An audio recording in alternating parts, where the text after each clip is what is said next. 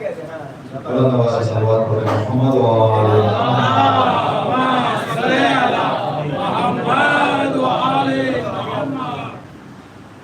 أعوذ بالله من الشيطان الرجيم. بسم الله الرحمن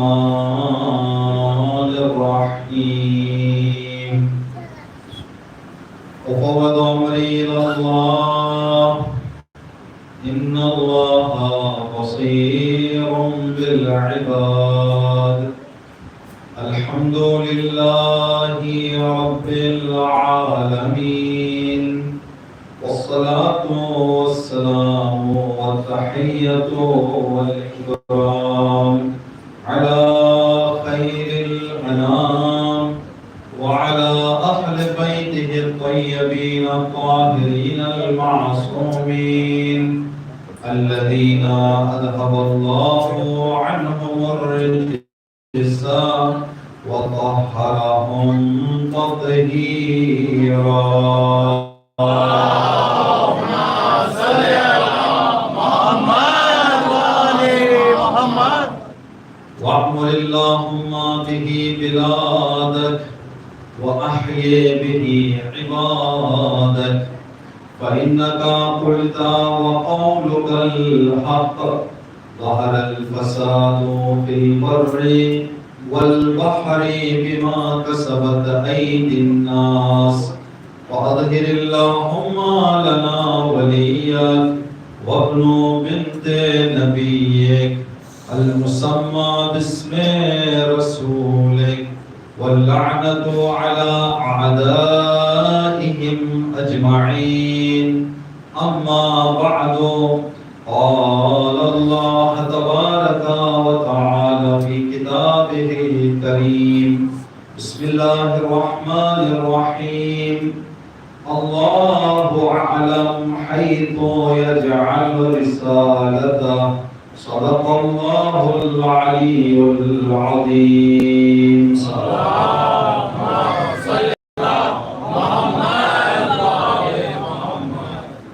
اس مجلس اعزا کے قبول ہونے اور اس سال محرم الحرام اور سفر المظفر اور اس تاریخ تک جو کام بھی ہم نے امام حسین علیہ السلام کی محبت میں انجام دیا ہے وہ تمام کاموں قبول ہونے.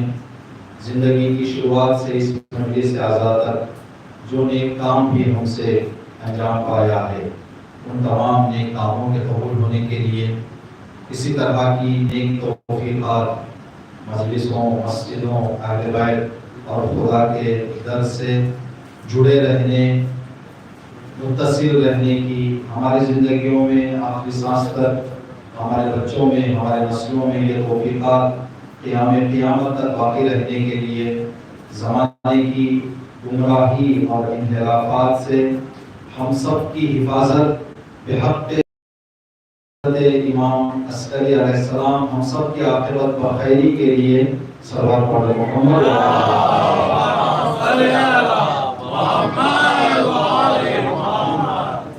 عاشقان خاندان اہل بیت جہاں کہیں پر بھی زندگی کر رہے ہیں سب کی جان مال عزت اور روح کی حفاظت کے لیے تمام مومنین اور مومنات کی دلی اور شرعی مرادوں کے پورا ہونے کے لیے خصوصاً حاضرین مجلس کی تمام دلی اور شرعی حاجات بحق امام حسن عسکری علیہ السلام پورا ہونے کے لیے ہماری دعاؤں میں دعاؤں میں سر فہرست امام وقت کی سلامتی اور امام وقت کے جلد ظہور کے لیے صلوات پڑھو محمد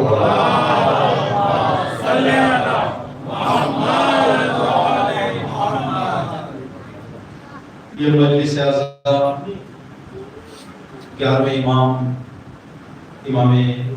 حسن عسکری علیہ السلام کی شہادت کی مناسبت سے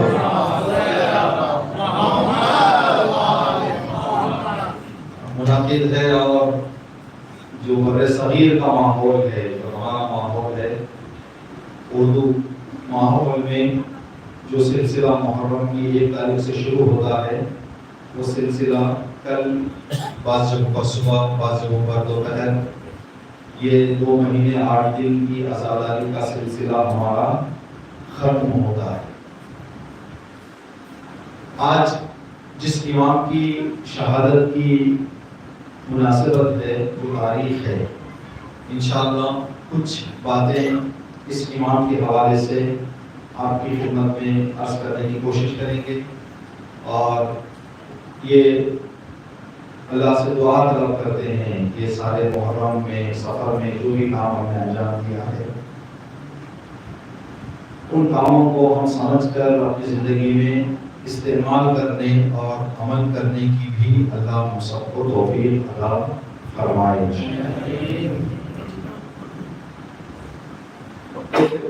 امام کے زمانے کے صحابی ہیں جن کا نام ابو ہاشم، 11ویں امام کے زمانے کے صحابی ہیں۔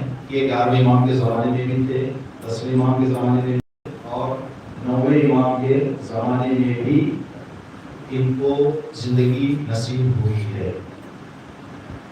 ابو ہاشم کہتے ہیں کہ میں امام کے گھر کے سامنے رہا کرتا تھا اور زیادہ امام سے میری ملاقات تھی، 11ویں امام سے میرا زیادہ آنا جانا تھا 11ویں امام کے پاس۔ تو جب بھی میں 11ویں امام کی خدمت میں پہنچا، امام کے وجود میں نے ایک معجزہ دیکھا۔ جب بھی میں گیا میں نے ایک معجزہ دیکھا۔ ہمارے یہاں کبھی کبھی کچھ کام ہوتے ہیں، جیسے بعض ہمارے ماحول میں یہ باتیں ہوتی ہیں، اس کے حقیقت اللہ بہتر جانتا ہے کہ فلاں جگہ ہم کھدائی کر رہے تھے، علم مل گیا ہم کو، فلاں موسم میں فلاں چیز نظر آ گئی اور ہم اس کو معجزے کا نام دے دیتے، فلاں جگہ معجزہ ہو گیا، فلاں جگہ معجزہ ہو گیا۔ ایک بات آپ کو یقین ہونا چاہیے، معجزہ یا تو نبی کر سکتا ہے یا تو امام۔ دوسرے جو چیزیں ہو رہی ہیں ان کو کرامت کہتے ہیں، معجزہ نہیں کہتے۔ معجزے کا ایک خاص استعمال ہے، معجزے کا ایک خاص یوز ہے۔ معجزہ اس وقت دکھایا جاتا ہے جب کوئی آدمی اللہ کا انکار کر دے، یا اللہ کے دین کا انکار کرے، یا نبی کی نبوت کا انکار کرے، یا امام کی امامت کا انکار کرے۔ تو ان کو ثابت کرنے کے لیے جس چیز کا سہارا لیا جاتا ہے یا لوگ کو اتمام حجت کیا جاتا ہے کہ یہ آخری چیز ہے جس کے بعد پھر تمہیں کوئی ماننے کا موقع نہیں دیا جائے گا، وہ آخری چیز جو دکھائی جائے گی وہ ہے معجزہ۔ اور معجزہ بھی امام، نبی انسان کے ذہن کو پڑھ کر، انسان کی نیت کو دیکھ کر بتاتے۔ بہت سارے لوگ آتے تھے، آ کے رسول سے کہتے تھے، کیا کہتے تھے کہ ہم نے نبی کے ہاتھ میں کنکروں کو بات کرتے ہوئے دیکھا، کلمہ پڑھتے ہوئے دیکھا۔ اچھا صحیح میں؟ ہاں۔ تو وہ دوڑ کر آتے، کیا نبی اللہ 4 کنکر اٹھا کے آپ بھی ہمارے سامنے تھوڑا سا وہ کنکروں سے کہیں کلمہ پڑھے۔ نبی کہتے تھے یہ کام کوئی مذاق نہیں ہے جو تم کبھی کبھی آ کے مجھ سے کہہ دو کہ کراؤ، نہیں، بلکہ اس کے لیے ایک قانون ہے، کچھ اصول ہیں، ان اصول کے ساتھ یہ کام کیا جاتا ہے۔ اب جہاں پر اللہ معجزہ دکھا دے وہ کی ہے، معجزہ دیکھ کر نہ ماننے والے کو سزا بغیر معجزہ دیکھ کر نہ ماننے والے سے زیادہ ملتی ہے۔ حضرت عیسیٰ پیغمبر کے زمانے میں کچھ لوگ آئے، آنے کے بعد کہنے لگے کہ اے موسیٰ پیغمبر، اے عیسیٰ پیغمبر، اگر آپ صحیح میں اللہ کے نبی ہیں تو آسمان سے کھانا منگوائیں، یعنی بریانی اوپر سے آئے، میٹھا وہاں سے آئے، یہاں کا نہیں۔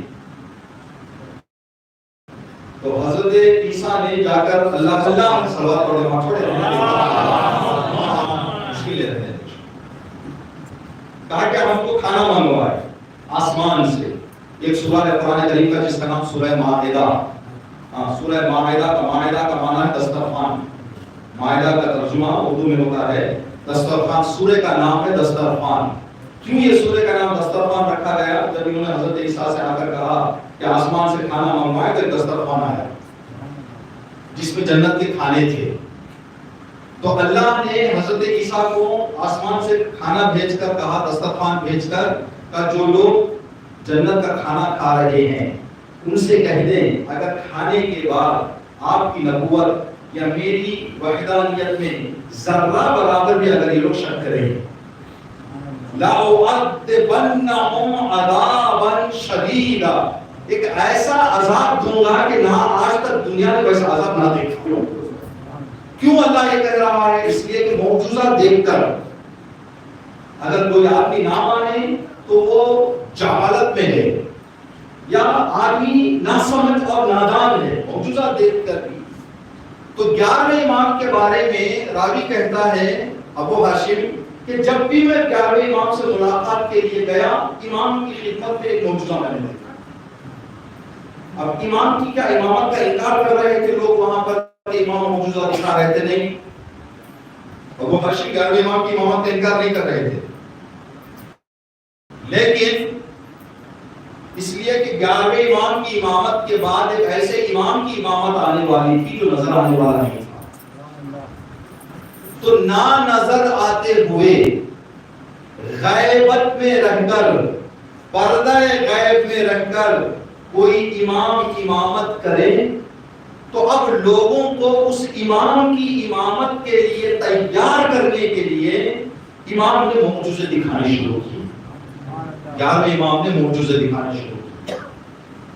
ایک سوال اگر ہم غور کریں تو یہاں پر ایک بہت اچھا سلسلہ چل رہا ہے. مولانا وسیع صاحب جو قرآن کی تفسیر کر رہے ہیں, جس کو جب موقع ملتا ہے اس سے استفادہ کریں, اس لیے کہ قرآن کے عربی پڑھنے سے تو ہم کو سمجھ میں آنے والا نہیں ہے, اس لیے کہ ہماری زبان عربی نہیں ہے. جب یہ مرثیہ پڑھا گیا تو آج نے مرثیہ پڑھا ہے, اگر اس مرثیے کا بھی معنی پوچھیں آدھے سے تو نہیں بتا پائے. شہرہ زبان میں حسن عسکری کا ہے, شہرہ کا کیا معنی ہے نہیں معلوم. جب ہم کو ہماری اردو صحیح سے نہیں آ رہی ہے تو عربی کہاں سے آئے گی؟ ٹھیک, یہ جو کام ہے مولانا جو کر رہے ہیں یہ عربی کے اردو معنی کو سمجھا کر تفسیر بتا رہے ہیں. تو جتنا اس سے استفادہ کریں, جتنا اس سے فائدہ لے سکتے ہیں بہت اچھا. ٹھیک, اور دین نے قرآن میں آپ جائیں قرآن پڑھیں تو قرآن میں اللہ نے 4 جگہ کہا کہ قرآن پڑھو, 80 جگہ پر کہا کہ قرآن سمجھو. یعنی مقصد پڑھنا نہیں ہے, سمجھنا ہے. بندہ اگر سمجھ گیا تو بہت سارے باتیں اس کے لیے کیا ہو جائیں گی, حل ہو جائیں گی. یہ جملہ جب بھی اس طرح کی باتیں ہم کرتے ہیں تو یہ فوراً یہ جملہ ہمارے ذہن میں آتا ہے. تاریخ اسلام میں 2 واقعے نظر آتے ہیں. ایک واقعہ ہے جنگ صفین میں قرآنوں کو نیزوں پر اٹھایا گیا. کربلا میں نیزوں پر سروں نے کیا کیا؟ قرآن پڑھا. کربلا میں نیزوں پر سروں نے, کٹے ہوئے سروں نے, بے سر بے بدن سروں نے نیزوں پر قرآن پڑھا. جنگ صفین میں نیزوں پر قرآن کو اٹھایا گیا. یہ بھی مسلمان اس لشکر کا سردار بھی کہہ رہا تھا میں دین کا خلیفہ, یہاں کا امام بھی کہہ رہا تھا میں دین کا رہبر. ان میں اور ان میں کیا فرق ہو گیا؟ خالی ایک جملے میں ہم خلاصہ کر سکتے ہیں, جو قرآن کو صرف پڑھے ضرورت پڑ جائے تو قرآن کو اٹھا دیتا ہے, جو قرآن کو سمجھے وہ گردن کٹا کر نیزے پہ جا کر قرآن اتنا فرق ہو جاتا ہے. جو نہ سمجھ کر قرآن پڑھے وہ قرآن کو نیزے پر اٹھاتا ہے, جو سمجھ کر قرآن پڑھے وہ قرآن پر جان قربان کر کے نیزے پہ جا کر قرآن پڑھتا ہے. یہ زمین سے آسمان تک کا فرق ہو جاتا ہے. صرف جاننے اور سمجھنے میں. کربلا میں جو 72 شہداء آئے تھے، تعداد صرف 72 نہیں تھی، 9 محرم تک سبوں کی تعداد تھی جو کربلا آئے تھے. لیکن جب انہوں نے دیکھا کہ یزید کا لشکر دن بہ دن بڑھتے جا رہا ہے اور امام حسین کا لشکر کم ہے، ان کے پاس ہتھیار زیادہ ہے، یہاں ہتھیار کم ہے، تو جنہوں نے ان حالات کو دیکھے 9 محرم کو انہوں نے امام کا ساتھ چھوڑ کر چلے گئے. اب جو کربلا میں کچھ باقی رہ گئے تھے، کیا ان کو جان کا ڈر نہیں تھا؟ کیا ان کو اپنی جان کی پرواہ نہیں تھی؟ کیا ان کو بیوی بچے کی پرواہ نہیں تھی؟ کیا ان کو اسلحہ کا، تیر کا، تلوار کا خوف نہیں تھا؟ تو یہاں پر دوبارہ وہی مانا، جو امام کو جان کر کربلا آئے تھے وہ واپس چلے گئے، جو امام کو سمجھ کر آئے تھے وہ آج تک امام کے ساتھ باقی ہے. اسی لیے کہا جاتا ہے زیارت وارثہ میں صرف امام حسین کی زیارت پڑھ کے اٹھ کے نہیں جا سکتے، امام حسین کی زیارت کے ساتھ ساتھ اصحاب امام حسین کی زیارت بھی پڑھ کر بتاتے ہیں. جو حسین کو سمجھ کر جانے، نہ حسین ان کا ساتھ چھوڑتے ہیں نہ وہ حسین کا ساتھ چھوڑتے ہیں. جو حسین کو بغیر سمجھے کے مانیں گے وہ 9 محرم تک کربلا تو آئیں گے، پھر 9 محرم کربلا سے چلے جائیں. کربلا جا کر آنا الگ مسئلہ ہے، کربلا میں حسین کے ساتھ رہ جانا الگ مسئلہ ہے، الگ مسئلہ ہے. ابھی ان مجلسوں کے لیے جو بدائی مرثیہ پڑھا گیا، بدائی سلام پڑھا گیا، یہ ہمارا ماحول ہے. ہم کہتے ہیں یہ آخری مجلس ہے اور اس طرح کی جو باتیں بتاتے ہیں. الوداع اور خدا حافظ کا جو مسئلہ ہے، یہ محرم اور سفر خدا حافظ ہو رہے حسین نہیں. اس دن ہماری زندگی نہیں رہے گی جس دن حسین چلے جائے. جب وہ انسان نہیں رہے گا جو اپنی زندگی سے حسین کو خدا حافظ کر دے. محرم اور سفر سے خدا حافظی کیا جا سکتا ہے، حسین سے خدا حافظی نہیں کیا جا سکتا. اسی لیے کہہ دیا گیا ہے کل یوم عاشورا، اور دن کربلا، ہر دن حسین کا دن ہے، ہر زمین حسین کی زمین. ٹھیک. 11ویں امام کے بارے میں اگر ہم غور کریں، مخصوصاً آج کے جوانوں کے لیے جو حملے بھٹکنے بہکنے کے جو زیادہ آ گئے ہیں، سوشل میڈیا، موبائل، یہ کھلی بات ہے، جن کے ہاتھوں میں یہ والا افزار ہے، دنیا کی ترقی ہے، چاہے نہ چاہے آدمی کو بھٹکنے بہکنے گمراہی،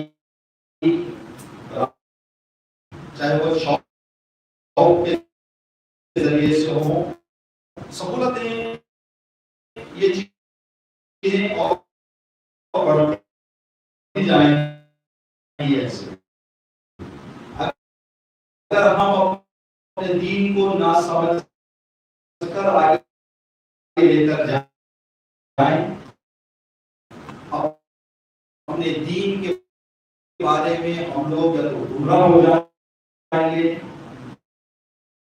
یا تو اپنے عقیدے ہم سست کر لیں گے، یا جو باپ دادا ہمارے کام کرتے آ رہے تھے وہ بچے کرتے ہوئے نظر نہیں آئیں گے. یہ ہمیں آج کے دور میں پہلے سے کہ جو چیز بھی سنے عقل کے دائرے میں رہ کر اس کو سمجھ کر آگے لے جانا ہے، سمجھ کر آگے لے جانا ہے. 11ویں امام کے بارے میں ایک سوال آپ سے کریں گے. جب تک 10ویں امام زندہ تھے، 11ویں امام نہیں تھے، مطلب نہیں تھا، اجازت نہیں تھی. جیسے ہی 10ویں امام اس دنیا سے گئے، 11ویں امام کی امامت شہادت تک بہت کم ٹائم، 6-7، اور یہ پورا امام کی پولیس سیکورٹی، فوجی سیکورٹی میں گزر گیا. کہتے ہیں عربی میں فوجی اڈے کو، ملٹری کیمپ، جہاں ملٹری کیمپ ہوتا ہے ہر ملک میں، ہر اسٹیٹ میں گورنمنٹ اپنا ڈیفینڈ کرنے کے لیے، ملک کی حفاظت کے لیے جو ملٹری کیمپ رکھا جاتا ہے، ملٹری اڈا رکھتے ہیں، اس ملٹری اڈے کو عرب عسکر کہتا ہے. اس لیے 11ویں امام کو عسکری کہا جاتا ہے کہ امام کی پوری زندگی اس 4 دیوار کے اندر ختم ہو گئی. تو ہمارا امام کیا اختیار رکھتا ہے ہمارے عقیدے کے حساب سے؟ امام کیا ایک گاؤں کے امام ہے، کیا ایک اسٹیٹ کے امام ہے، کیا ایک کنٹری کے امام ہے؟ نہیں. دعائے ندبہ میں ایک جملہ پڑھا جاتا ہے امام کے بارے میں، این السبب المتصل بین الارض والسماء. آج کے امام کے لیے ہم یہ جملہ کہتے ہیں، اے میرے وہ مولا جس نے زمین کو آسمان سے جوڑ رکھا ہے، تو کہاں ہے؟ یعنی اگر آج زمین اور آسمان ایک دوسرے سے کنیکٹ ہیں تو یہ 12ویں امام کے صدقے میں. تو امام کا اختیار اتنا ہوتا ہے. یہی 10ویں امام 11ویں امام کے والد محترم امام علی نقی علیہ السلام، امام علی نقی علیہ السلام کے زمانے میں جو ظالم تھا اس نے پلان کیا کہ 11ویں امام 10ویں امام کو شہید کرنا. جو سامرا کے لوگ تھے کوئی آدمی تیار نہیں ہوا کہ امام کو شہید کر دے.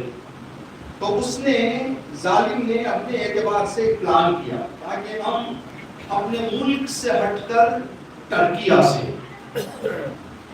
ایک آدمی کو لائیں گے، پیسہ دیں گے اس کو، اس کا کام اتنا ہی کہ وہ آئے سامرا عراق آئے، آ کر 10ویں امام کو شہید کر کے واپس وہ چلا جائے. بہت بڑا آفر دیا گیا کہ آپ آؤ گے، آ کر ایک آدمی کا نام اور چہرہ ہم بتائیں گے تم کو، اس آدمی کو شہید کر کے قتل کر کے تم چلے جاؤ.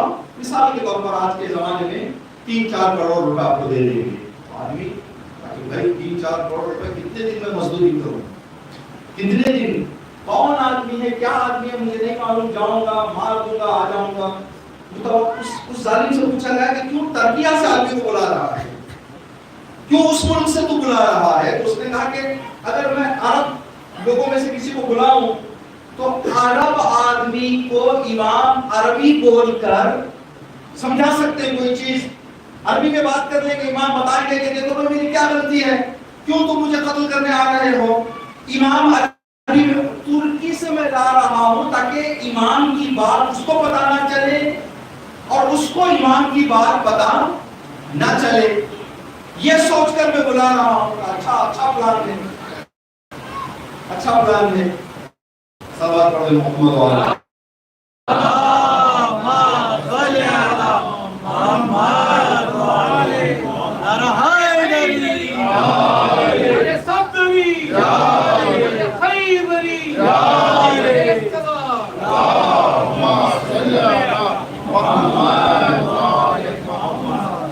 آپ کی توجہ دے کر رہے ہیں.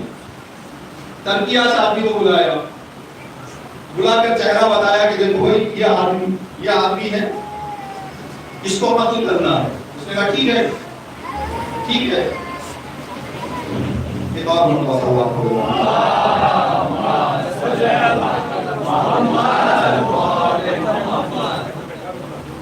ایک اور بلند آواز سے صلوات.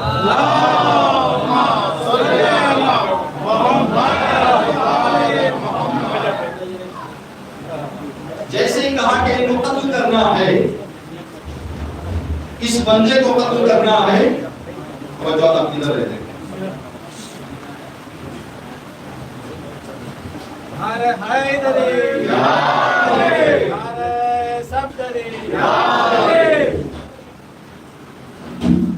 قتل کرنا ہے.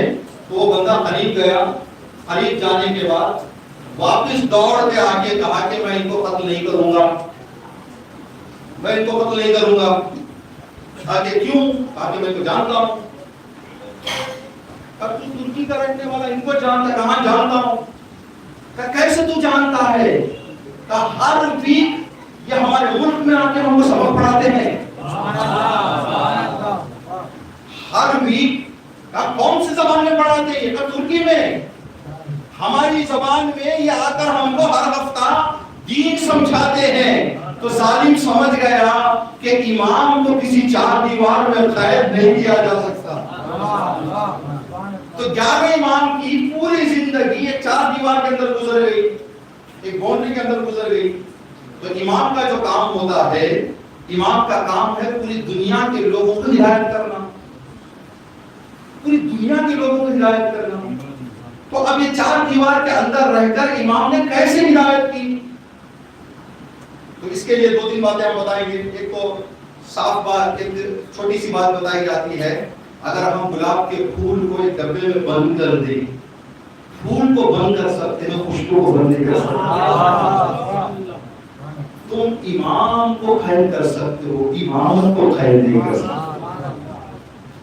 امامت کو قید نہیں. دوسرا، اگر کسی ڈاکٹر کو ہم کسی کمرے میں بند کر دیں، ڈاکٹر ہے کمرے میں، تو ڈاکٹر کو بند کر دیا گیا، اس کی ڈاکٹری کو بند کر پائیں گے؟ نہیں کر پائیں گے. تو امام کا اختیار ایسا ہوتا ہے کہ ان کو قید کرنے والوں کی یہ جہالت تھی تو انہوں نے یہ سوچا کہ ہم نے قید کر کے امام کو محفوظ کر دیا. نہیں، اس لیے کہ امام چار دیوار کے اندر اپنی امامت گزار رہے تھے، تو امام نے اپنی امامت کے اختیارات اور آنے والے امام کی امامت کو کے لیے تیار کرنے کے لیے معجزات زیادہ دکھائے. ابو ہاشم کہتے ہیں ایک دو معجزات انشاءاللہ آج کی مجلس میں آپ کی خدمت میں عرض کرنا ہے. دیکھیں، ہم اپنے اماموں کے حوالے سے، یہ میرے سمیت، میں ابھی منبر پر ہیں، تو کبھی آپ کے ذہن میں یہ خیال نہ آئے کہ آپ اور ہم کچھ الگ چیز ہیں. نہیں، ہم سب ایک سفر میں جا رہے ہیں. بس اللہ نے یہ توفیق دی کہ اوپر آ کے کچھ بتائیں. کبھی کبھی یہ جملہ ہم مجلسوں میں کہا کرتے ہیں. ابھی یہاں پر ہمارے بزرگ بیٹھے ہوئے ہیں جن کی داڑیاں سفید ہیں، ان کا احترام اس پر واجب ہے. اگر گھر میں جا کر میں بیٹھوں ان کے، تو کیا میں اوپر بیٹھوں گا ان کے؟ نہیں بیٹھوں. لیکن آج سلوات پڑھنے ہم کو بٹھایا جاتا ہے یہاں پر، ہم اوپر بیٹھیں، جبکہ ہم اپنے نارمل لائف میں یہ کام کبھی نہیں کرتے. مجلس کے احترام میں، اور اس لیے کہ یہاں بیٹھ کر چھوٹوں کی بات نہیں بڑوں کی بات کی جا رہی ہے. یہاں بولنے والے کا چہرہ دیکھ کر نہیں بٹھایا جاتا، جن کی حدیثیں پڑھی جا رہی ہیں ان حدیثوں کے احترام میں بٹھایا جا رہا ہے. اگر ہم بیٹھ کے گھر کی باتیں کر رہے ہیں تو نیچے بیٹھ جائیں آپ یار. ٹھیک، اس لیے کہ آسمان والوں کی باتیں ہو رہی ہیں تو اوپر بٹھایا جا رہا ہے ان حدیثوں کی وجہ سے. ورنہ آدمی کے اندر کوئی ایسی فضیلت نہیں ہے کہ اس کو اوپر بٹھایا جائے. یہ روایات اور آیات ہے جو آدمی کو بلندی عطا کر رہا ہے. یہاں سے بلندی مل رہی. ہم کبھی کبھی اس بات کو اپنے رخ سے سوچ کر کہتے ہیں اہل بیت علیہ السلام بھی ایک پیغام دے رہے ہیں. دیکھو، جو صرف ہماری حدیثیں بولنے والا ہے اس کو ہم اوپر بٹھا دیتے ہیں، جو ہماری حدیثیں سن کر عمل کر لے اس کو سلمان کا درجہ دے دیتے ہیں. جو صرف ہماری حدیثوں کو بولتا ہے اس کو ہم 3 زنا 4 زناؤں پر پہنچا دیتے ہیں. جو ہماری حدیثوں کو سن کر عمل کر لے اس کو 3-4 زنا نہیں پڑھاتے، بلکہ اس کو سلمان بن اہل البیت، سلمان اب ہمارے فیملی کا ہے، فضا اب ہماری فیملی سے. یہ بہت بڑا فضیلت کا جملہ ہے کہ یہ جملہ کہہ دیا جائے. ٹھیک، جو ہم اپنے اماموں کے بارے میں ہے، ہم اماموں کے پاس جب جا کے کوئی چیز مانگتے ہیں، چاہے تابوت میں چاہے علم کے پاس، اگر سچے دل سے کوئی بندہ مانگے امام سے، خداوند عالم کا وعدہ ہے، کوئی بندہ یہ کہے کہ 99% اللہ میری دعا قبول کرے گا، 1% چاچا بھی ہیں، ماموں بھی ہیں، میرے دوست بھی میرا سہارا دے دیں گے، تو اس کی دعا قبول نہیں ہوگی. جب کوئی آدمی پورے 100% یقین کے ساتھ جا کر اللہ سے مانگے گا تب اللہ اس کو عطا کرے گا. ورنہ ہم کہیں گے مولا رضا بھی دیں گے، وہ آدمی بھی دے گا، تو کیا وہ آدمی امام رضا کے برابر کا ہے؟ اگر کوئی امام رضا کے برابر کا ہے تو لے کے آئے سامنے. جب معلوم ہے ہم کو کہ سب کچھ اختیار ان کے ہاتھ میں ہے، تو دوسروں کو اندر اس میں شامل کرنا یہ ہماری نادانی اور لا علمی کم علمی کی نشانی ہے. جو معجزے امام نے دکھائے ہیں، ان معجزوں سے ہم کو معلوم ہوتا ہے کہ جو بندے اماموں کے پاس جاتے تھے وہ 100% یقین کے ساتھ جاتے تھے. یہ جس امام کے نام سے یہ امام بارگاہ کی آزاد آنا ہے، امام رؤوف، امام غریب، امام رضا علیہ السلام.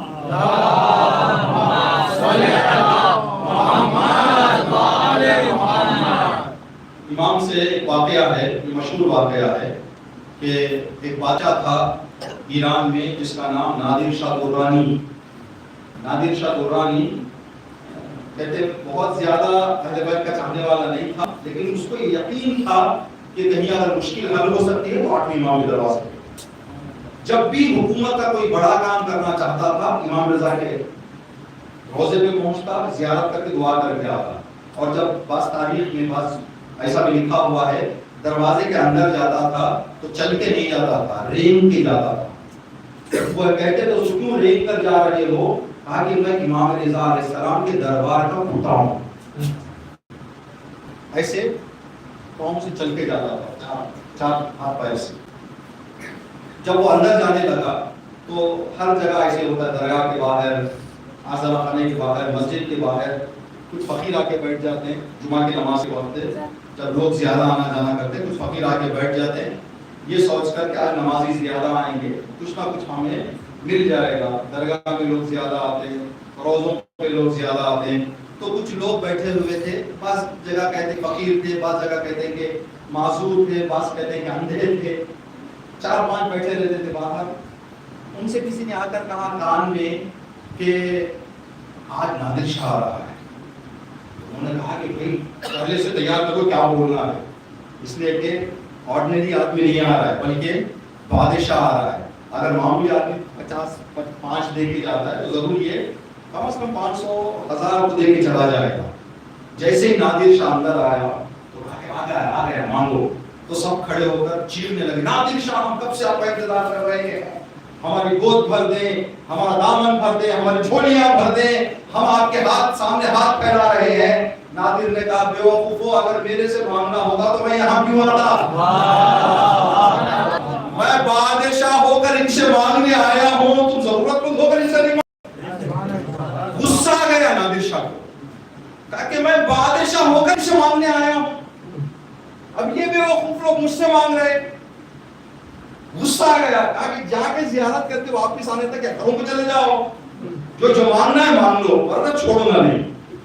اگر نظر آ گئے یہاں پر تو تمہارے خیر نہیں.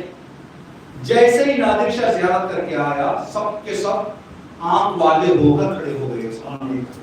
کہا کہ نادر شاہ ہمیں آنکھ مل گئی. کہا کہ بے وقوفو، اس طرح اگر تمہارے امام سے مانگتے تو 5 سال دروازے پر بیٹھ کر لوگوں سے مانگنے کی ضرورت نہیں. جب علماء سے پوچھا گیا کیا ہو گیا ان کے مانگنے میں، کہا 5 سال 6 سال یہ لوگوں کے جیبوں پر نگاہ رکھے ہوئے تھے، امام کے کرم پر نہیں. انہوں نے جب موت اپنے سامنے دیکھی تو پوری طرح سے امام سے مانگا. تو امام نے کہا ایسے مانگو تو میں عطا کر دوں گا. ایک اندھا بیچارہ کسی شہر میں رہا کرتا تھا ایران کے. کبھی کبھی خدا دیکھیں ہم لوگوں کو ان چیزوں سے تھوڑا سا پرہیز کرنا چاہیے. جو لوگ تھوڑا سا معصوم ہوتے ہیں ہم ان سے دلجوئی کرنا شروع کر دیتے ہیں، بہت زیادہ دلجوئی کرتے ہیں. یہ اس کا دل بہلانے کے لیے ٹھیک ہے، مذاق اڑانے کے لیے صحیح نہیں. کبھی بھی ایسے لوگوں کا جو کسی بھی اعتبار سے بدنی طور پر معصوم ہیں ان کا مذاق نہیں اڑانا چاہیے. ٹھیک.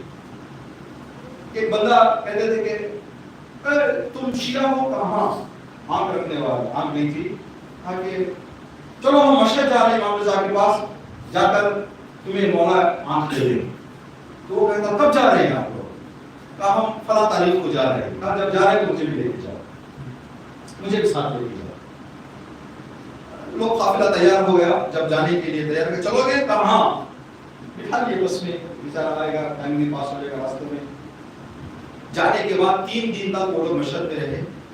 یہ زیارت کرتا گیا، زری کے پاس جاتا تھا واپس روم کو آ جاتا، زری کے پاس جاتا واپس روم کو آتا.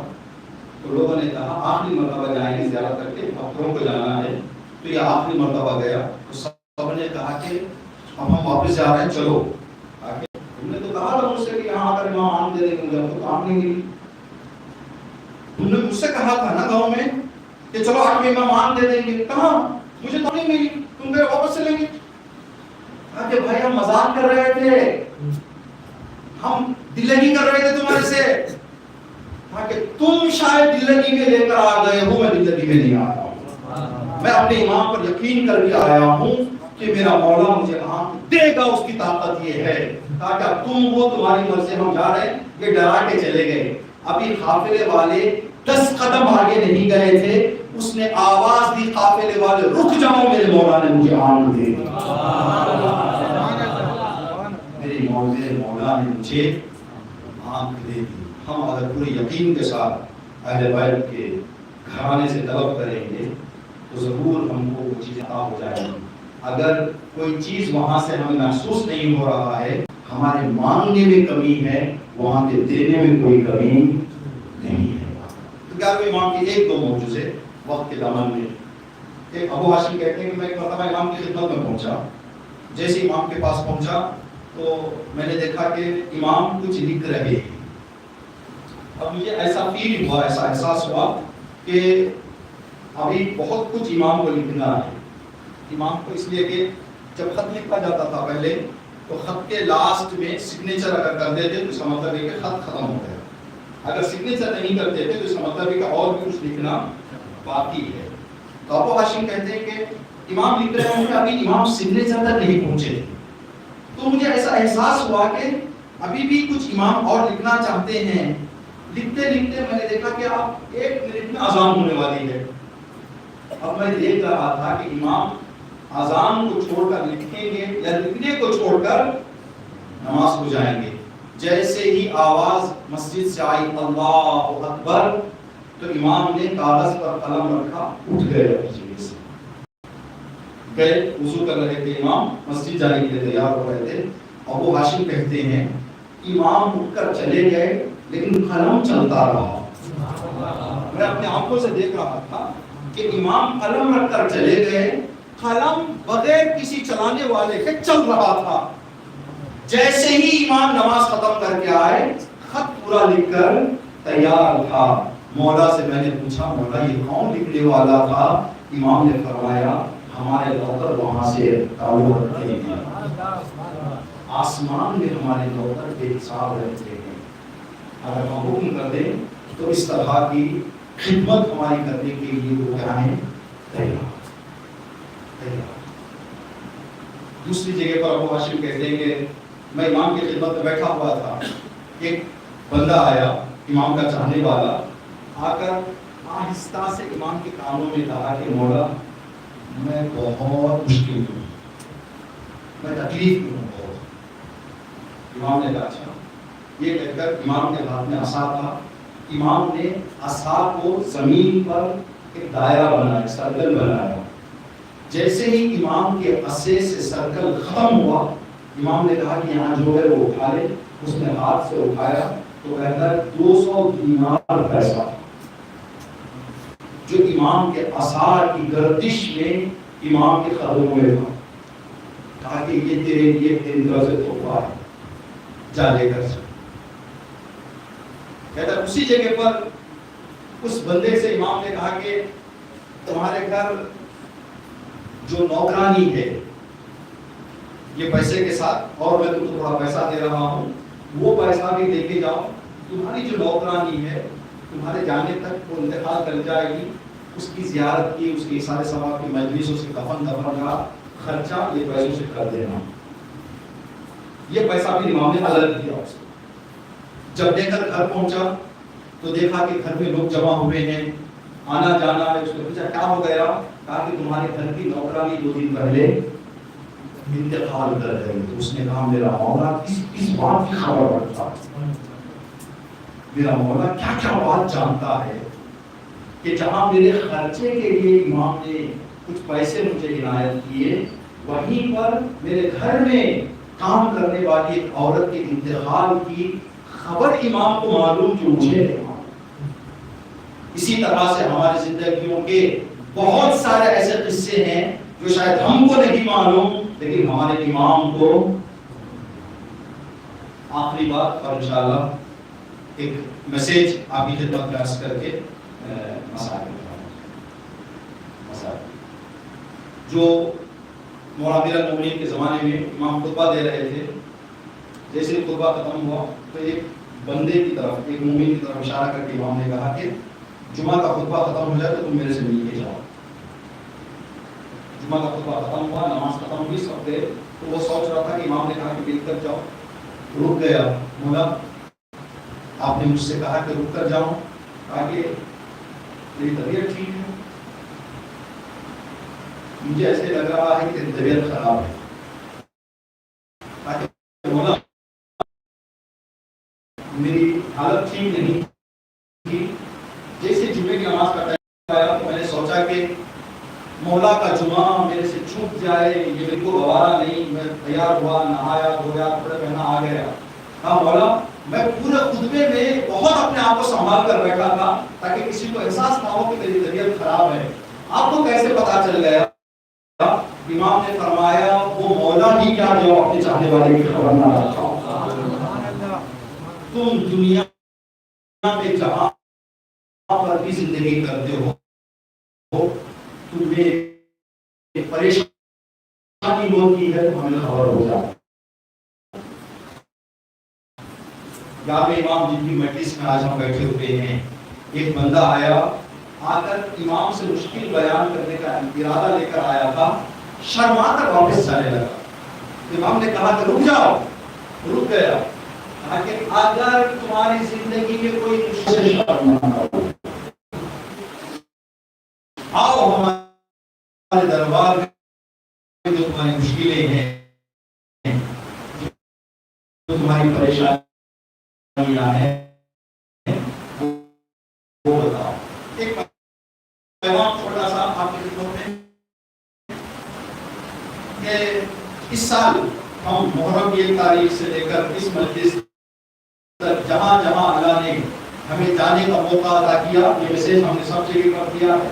یہاں پر بھی انشاءاللہ امام حسن عسکری علیہ السلام کی مجلس کے صدقے میں آپ یہ جو کہتے ہیں حسین لعنت پر یزید پر آنا جو بھی ہے ہم کہتے ہیں یا بھول جاتے ہیں. ٹھیک، ہمارے باپ دادا تھے نا، وہ آج سے 25 سال 20 سال پہلے یہ شاید ایک وقت کا کھانا بھول جاتے تھے، پانی پینے کے بعد یہاں حسین نہیں پوچھتے تھے. لیکن آج یہ موبائل وغیرہ آ کر ہماری زندگی اتنا ہم لوگ ان چیزوں کے اندر چلے گئے ہیں، ہمارے باپ داداؤں کے اچھے عادتوں کو ہم بھلا بیٹھے ہیں. ایک آپ سے گزارش ہے کہ پانی پینے کے بعد اپنے حسینی ہونے کا ثبوت ضرور، اور میرے مولا کی آخری وصیت پر عمل کرے. اس لیے مولا نے اس درد میں ہم کو یاد کیا، کہا کہ بہن کلثوم جب مدینہ جانا تو میرے شیروں کو میرا سلام سنا کر کہنا، جب بھی ٹھنڈا پانی پینا تو حسین کو یاد کرنا. میرا مولا اس وقت کربلا میں ہم کو یاد کرے، ہم سہولت میں رہ کر ہمارے مولا کو یاد نہ کریں. لیکن مولا نے نہیں کہا کہ جب بھی ہم بھوکے بھی تھے، امام نے نہیں کہا کہ جب بھی بھوکے ہو جاؤ کھاؤ تم مجھے یاد کرو. نہیں، اس لیے کہ کھانا ہو سکتا ہے کوئی آدمی دن میں کسی کام میں بزی ہو کر ایک وقت کا کھانا چھوڑ دے، لیکن پانی نہیں چھوڑ سکتا. میرے مولا نے پانی سے اپنے ذکر کو جوڑ کر کہا کہ پانی جب بھی پیو مجھے یاد کرو. اور یہ حدیث میرے چھٹے امام کی بھی ہے. میرے چھٹے امام نے فرمایا جو بھی پانی پی کر میرے جد حسین کو یاد کرتا ہے، اللہ اس کو 1,00,000 ثواب دے گا. جب اتنا بڑا ثواب ہے یا حسین کہنے کا تو ہم اس کو نہ چھوڑیں. کوشش کریں، ہم بھی کوشش کر رہے ہیں، آپ بھی کوشش کریں، اپنے بچوں کو بھی سکھائیں کہ بیٹا پانی پینا تو حسین قریب کو یاد کر. یہ وہ چیز ہے جو چیز ہمارے بچوں میں کربلا کو ہر دن زندہ رکھے گی. محرم و سفر کا ختم ہو جائے گا، پھر اگلے سال آئے گا، لیکن پانی پینے کے بعد حسین دادی گھر میں رکھتے ہیں، حسین کو نس نس میں رکھتے ہیں، حسین کو گھر گھر میں رکھتے ہیں، حسین کو ہر دن ذکر. کوئی ایسا دن ہماری زندگی کا نہ گزرے جس دن ہم نے اپنے امام کو یاد نہ کیا ہو. یہ جو مصیبتیں، یہ جو تکلیفیں، یہ جو مسائل ہم کربلا کے سنتے ہیں، اگر دین اور اسلام آج تک ہم تک پہنچا ہے، تو اس دین کو ہمارے تک پہنچانے کے لیے حسین نے اپنے آنکھوں کے سامنے 18 سال کے جوان بیٹے کا کلیجہ ذبح ہوتے ہوئے دیکھا ہے۔ اپنے 6 مہینے کے اصغر کی شہادت امام نے اپنے آنکھوں سے دیکھی۔ ایک جملہ سینے پہ ہاتھ رکھ کر یہ جملے کو سنیں۔ ایک شاعر نے بہت اچھا جملہ کہا، ہو جائے گا تجھے بھی احساس کربلا۔ اگر کربلا میں حسین علیہ السلام پر کیا گزرا ہے، اگر اس کا تھوڑا بہت ہم احساس کرنا چاہتے ہیں، شاعر کہتا ہے ہو جائے گا تمہیں بھی احساس کربلا، تنہا کبھی جوان کی میت اٹھا کے دیکھ۔ حسین کے کلیجے پر کیا گزری ہے، اس کا ذرہ احساس کرنا چاہتے ہیں، کبھی اکیلے میں ایک جوان بیٹے کی میت اٹھائے۔ میرے حسین کے کلیجے پر وہ کیا گزری ہوگی جب میرے مولا نے کربلا کے اس میدان میں اپنے ہاتھوں سے اپنے جوان بیٹے کی میت۔ 11ویں امام کی شہادت کی تاریخ ہے۔ 2-3 باتیں جو امام کی مصیبت میں وسائل میں آپ کی خدمت میں عرض کریں گے۔ جیسے ہی 11ویں امام کو یہ احساس ہوا، اس لیے کہ ہمارے 11ویں امام جوان تھے، 29 سال کی عمر تھی۔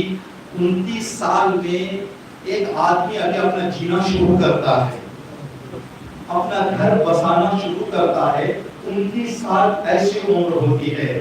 29 سال کی جوانی میں 11ویں امام کو زہر دیا گیا۔ جب میرے مولا کو احساس ہو گیا 11ویں امام کو کہ اب یہ زہر میرے اندر اثر کر رہا ہے، تو 11ویں امام نے اپنی ماں کو بلایا، کہا ماں میرے دل میں یہ خواہش ہے کہ آپ ایک مرتبہ مکہ اور مدینہ کی زیارت کر کے آ جائیں آپ مدینہ کی زیارت کریں۔ کہا بیٹا اگر تو کہہ رہا ہے تو میں زیارت کو چلی جاؤں گی۔ جیسے ہی ماں زیارتوں کے لیے مکہ اور مدینہ کا سفر کیا، ادھر 11ویں امام کی شہادت ہو گئی۔ مولا آپ نے یہ کام کیوں انجام دیا؟ کہا کہ میں جوان ہوں، میرا تڑپنا میری اماں میں چاہتا تھا کہ میری اماں یہاں سے چلی جائے تاکہ میرا تڑپنا میری ماں نہ دیکھ پائے۔ میں کہوں گا مولا آپ نے اپنی ماں کو مدینہ بھیج دیا، علی اکبر کی ماں کے کلیجے پر وہ کیا گزری ہوگی۔ ماں کی آنکھوں کے سامنے، باپ کی آنکھوں کے سامنے بیٹا ایریا لگڑ رہا۔ جناب زینب سلام اللہ علیہا عاشور کے دن ایک مرتبہ میدان میں آئی، ایک مرتبہ قلعہ زینبیہ پر کھڑے ہو کر آپ نے اپنے بھائی کو شہید ہوتے ہوئے دیکھا۔ ایک مرتبہ میدان میں جناب زینب آئی، وہ کب تھا؟ جب جناب علی اکبر گھوڑے سے گرتے ہوئے اپنے بابا کو آواز دی میرا آپ نے سلام قبول کر لیں۔ امام حسین جب جناب علی اکبر کی مدد کرنے کے لیے پہنچے تو جناب زینب خیمے کے در پہ کھڑ کے انتظار کر رہی تھی، میرا بھائی اب آئے گا اب آئے گا اب آئے گا۔ جب زینب نے دیکھا کہ امام حسین کے آنے میں بہت دیر ہو گئی، زینب سوچنے لگی کہیں جوان بیٹے کے سامنے میرے بھائی نے دم تو نہیں۔ زینب چادر سر پہ کیے مقتل میں آ گئی، دیکھا جوان بیٹے کا سر گود میں ہے، باپ بیٹے سے باتیں کر رہا ہے۔ زینب نے شانہ ہلایا، حسین گھبرانا نہیں، زینب تسلی دینے کے لیے سامنے آ گئی ہیں۔ بس آخری فقرہ اور آپ کی زحمت تمام۔ جب کسی آدمی کو زہر دیا جاتا ہے، زہر جس کو دیا جاتا ہے، ڈاکٹرز بتاتے ہیں کہ زہر کھانے والے آدمی کو پیاس جلدی لگ جاتی ہے، اس کو بہت جلدی پیاس لگتی ہے۔ 11ویں امام کو جب زہر دیا گیا تو امام کے 5 سال کے بیٹے امام مہدی باپ کا چہرہ دیکھ رہے تھے کہ میرا بابا کتنا۔ امام نے کہا کہ بیٹا مہدی مجھے پانی پلا دے، بیٹا مجھے میرا کلیجہ پھٹ رہا ہے۔ جیسے ہی باپ نے بیٹے سے پانی طلب کیا، امام زمانہ نے اپنے باپ کے حوالے پانی کیا تو باپ نے ہاتھوں سے پانی لیا۔ اتنا زہر زیادہ طاقتور تھا کہ میرے مولا کے ہاتھ میں وہ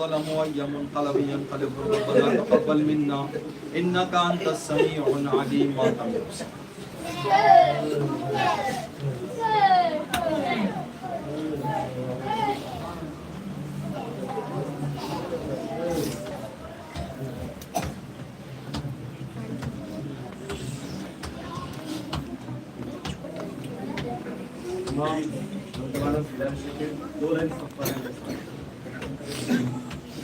Hüseyin, Hüseyin, Hüseyin, Hüseyin, Hüseyin.